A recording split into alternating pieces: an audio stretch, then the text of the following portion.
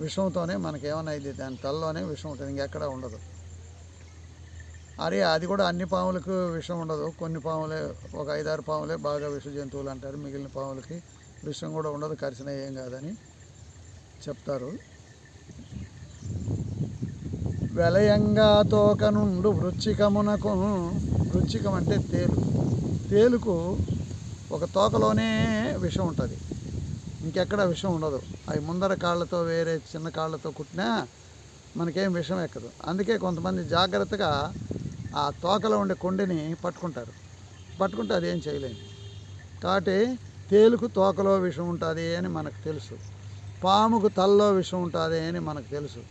కానీ నాయన దుర్మార్గుడు ఉన్నాడే, వాడికి నిలువెల్ల విషం.